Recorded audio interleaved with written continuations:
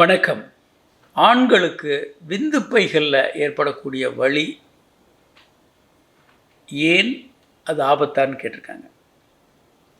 விந்துப்பைகளில் வலி பல காரணங்களால் வரலாம். ஏதோ அடிப்படுதுன்னு வச்சுக்கோங்க. சில நேரம்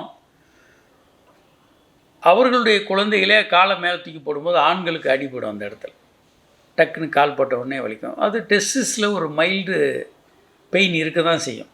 கால் பட்ட உடனே வலிக்கும். அதெல்லாம் ஆபத்தானதில்லை. சில நேரம் சிவியராக பால் பட்டுருச்சின்னு வச்சுங்க. கிரிக்கெட் விளையாடுறாங்க, இல்லை வேறு பால் விளையாடுறாங்க, பால் வேகமாக கார்க் பால் பட்டுச்சுன்னா கடுமையாக வலிக்கும். பல நேரங்களில் அது ஒன்றும் பிரச்சனையாக இருக்காது.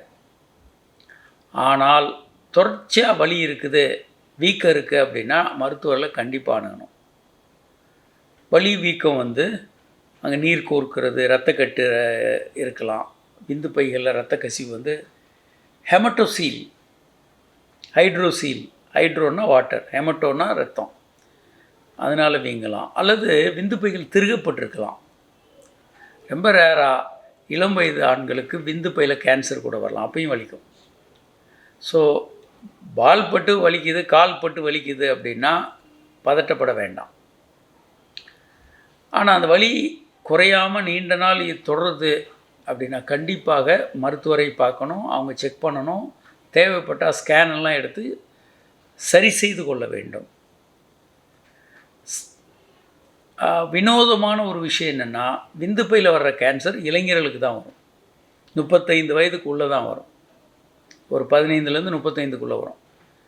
வயதானவர்களுக்கு விந்துப்பையில் வர்ற கேன்சர் வராது. அவங்களுக்கு ப்ராஸ்டேட்டில் வர கேன்சர் தான், விந்துப்பைகளில் கேன்சர் வராது. அதனால் விந்துப்பைகள் வீக்கம், வலி தொடர்ந்து இருந்ததுன்னா உடனடியாக பார்க்கணும். இந்த விந்துப்பைகள் திருகப்பட்டு ரத்தம் சரியாக போகலைன்னா அதெல்லாம் உடனடியாக சரியாக பண்ணணும். உடனடியாக சரியாக பண்ணால் மீட் எடுத்துடலாம், அதை சரி பண்ணிடலாம்.